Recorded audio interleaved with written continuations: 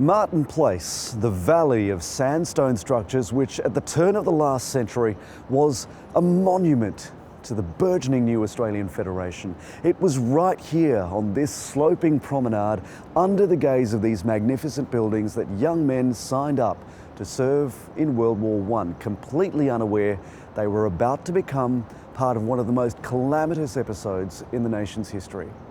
And again at dawn this Anzac Day, Martin Place will be filled with the sound of silence, remembrance, in what's believed to be the oldest annual dawn service in the country, a tradition that was germinated in grieving towns and cities more than a century ago. The origins of the dawn service come from the military itself, the traditional stand to in which troops would be woken to prepare for battle before daybreak, just as they did before the Gallipoli landing.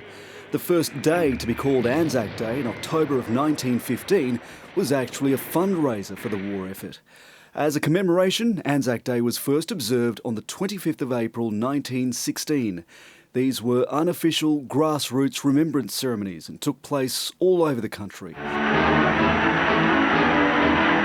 Just months after the end of the war, 5,000 diggers, still waiting to be shipped home, marched through the streets of London, representing all arms of the Australian Imperial Forces.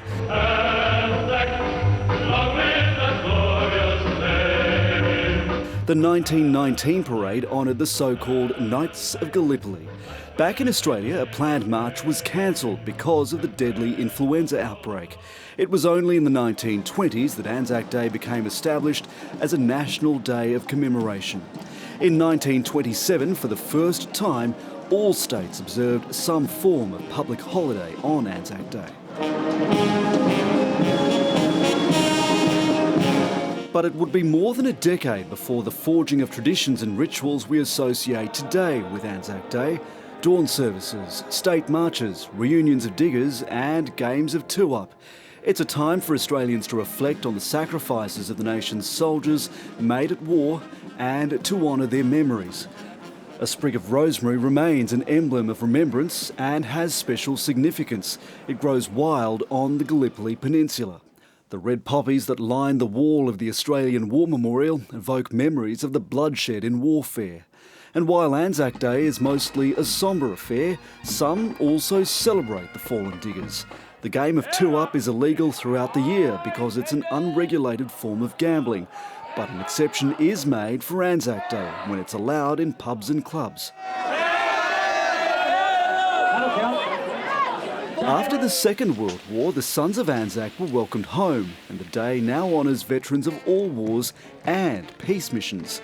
By the 1970s, the popularity of Anzac commemorations had faded. You ought to be ashamed to call yourself Australian! Some people claimed marking the annual anniversary glorified war.